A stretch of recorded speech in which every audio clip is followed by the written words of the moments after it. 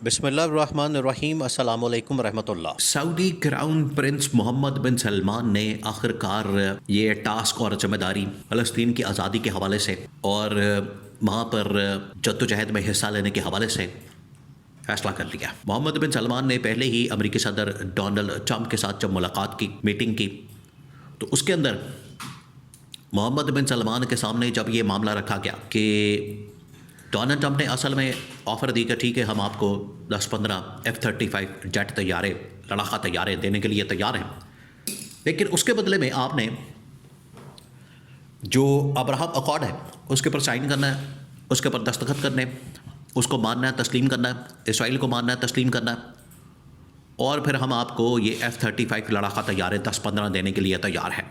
ये अब ट्रंप ने भी देखें जो बड़ी चाल चली। ट्रंप ने पहले तो बंद दरवाज़ों के अंदर मुलाकात में, मीटिंग में ये बात की, बाद में पब्लिक में जब ये प्रेस कॉन्फ्रेंस हुई, प्रेस कॉन्फ्रेंस के अंदर ट्रंप ने ये ऑफर टेबल पर रख दी मोहम्मद बिन सलमान के सामने, लेकिन मोहम्मद बिन सलमान ने शानदार किस्म की डिप्लोमेसी करते हुए वहाँ पर स्ट्रेट फॉरवर्ड इनकार कर दिया।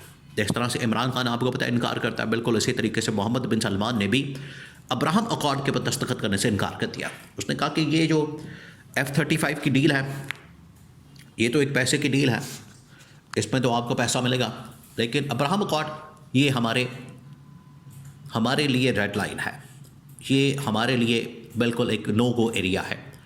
इसमें उस वक्त तक हम हाँ नहीं कर सकते जब तक कि पाकिस्तान के साथ हम मशवरा न कर लें, और सबसे बढ़कर इमरान खान के साथ मशवरा न कर लें।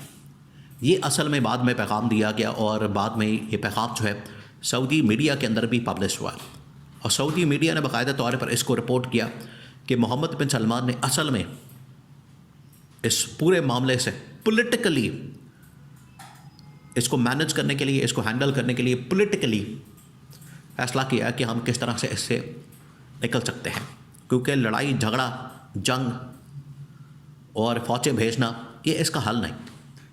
आप ज़रा इमेजिन करें, जब अफ़गानिस्तान के अंदर अमेरिका की जानिब से फ़ौजें उतारी गई तो पूरी दुनिया अमेरिका के साथ थी, पाकिस्तान भी, आपको पता है उसमें मुशर्रफ का वक्त था, ज़माना था, उसने भी हाँ कर दी और अफ़गानिस्तान के अंदर फ़ौजें भेजने का फ़ैसला कर लिया।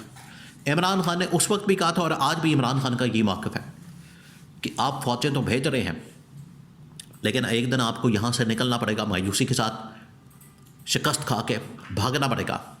और फिर भागने की वीडियोस पूरी दुनिया ने देखी कि किस तरीके से जहाज़ों से ये निकले, भागे और जान छुड़ाई। आज भी इमरान खान का यही मौक़िफ़ है कि अगर आप फ़लस्तीन के अंदर, गज़ा के अंदर फ़ौज भेजेंगे तो फिर इसका मसला, ये जो मसला है इसका हल नहीं निकलेगा, बल्कि ये मसला और ज़्यादा गंभीर हो जाएगा, संगीन हो जाएगा। तो मोहम्मद बिन सलमान भी अब इस बात का कायल हो गया। अब उसने किया क्या? अब हुआ ये है कि ख़बर पहुंची है, और ये ख़बर अब बाकायदा इंटरनेशनल मीडिया के अंदर ट्रैवल की है कि असल में तो जनरल आसिम ने उनको ये ऑफ़र कर दी थी कि हम फ़लस्तीन के अंदर पाकिस्तान की फ़ौज भेजने के लिए तैयार हैं। अब इस ख़बर ने तो मोहम्मद बिन सलमान के होश उड़ा दिया। तमाम आलम इस्लाम के जितने भी इस्लामी ममालिक हैं उनको तो देखें, फ्रंट से लीड करने वाला पाकिस्तान का एक बड़ा अहम तरीन किरदार है। पाकिस्तान क्योंकि एक न्यूक्लियर एटमी ताकत है पूरे आलम इस्लाम में और दुनिया में 8वीं, तो पाकिस्तान का मान जाना, पाकिस्तान का यहाँ पर अपनी फ़ौज को भेज देना, ये एक किस्म का आलम इस्लाम का जो मुकदमा है वो हारने के, सरेंडर करने के मुतरादिफ होगा। तो इसको हम काबिल कबूल नहीं समझते।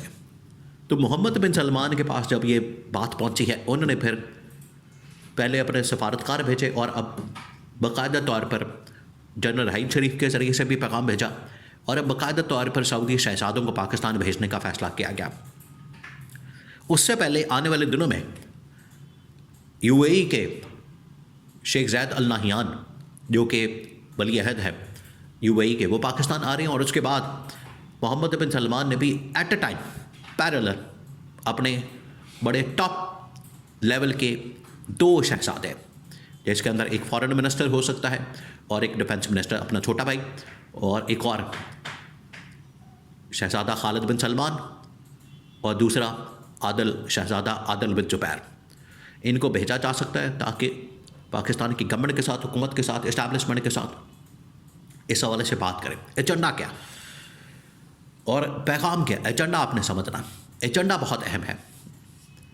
मोहम्मद बिन सलमान ने पाकिस्तान को ये कहा है कि अगर आप फ़ौज भेजते हैं फ़लस्तीन के अंदर, गज़ा के अंदर, एक तो इसका इम्पैक्ट ये आएगा कि पूरा आलम इस्लाम फ़लस्तीन के मामले के अंदर जो एक मौक़िफ़ रखता है, उनका जो एक स्टांस है वो कॉम्प्रोमाइज़ हो जाएगा। ये पहली बात। दूसरी बात ये कि अगर आपको इतने डॉलर्स चाहिए, पैसा चाहिए, क्योंकि ज़ाहिरी बात है जब ये फ़ौज भेजने का फ़ैसला किया जाएगा तो एक फ़ाइनेंशियल डील भी होगी जहाँ पर आपने फ़ौज भेजनी है।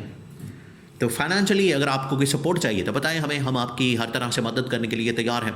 नंबर 3, उन्होंने ये वार्निंग दी है पाकिस्तान को कि अगर आप ये काम करते हैं तो फिर उसके बाद इसराइल, अमेरिका तो बिल्कुल साइड पर हो जाएंगे, लेकिन उसके बाद जो इंटरनल लड़ाई है, इंटरनल अंदरूनी तमाम इस्लामी ममालिक के आपस में शुरू हो जाएगी, जो कि बड़ी ख़तरनाक और ख़ौफनाक है।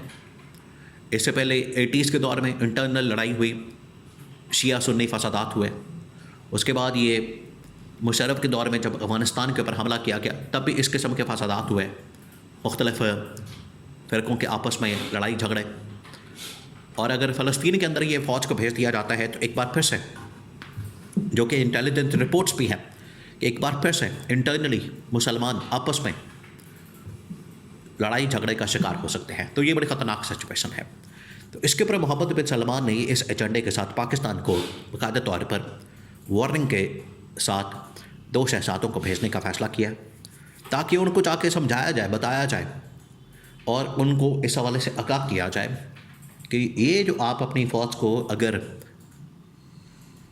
फ़लस्तीन के अंदर, गज़ा के अंदर भेजने का इरादा रखते हैं तो उसको फ़ौरन तर्क करते हैं। अगर आप इस मामले को हैंडल नहीं कर सकते तो पॉलिटिकली फिर इमरान खान के साथ कुछ मामला ठीक करें, इमरान खान आके उनको इनकार करें। इसी वजह से आप देखें कि पाकिस्तान में अचानक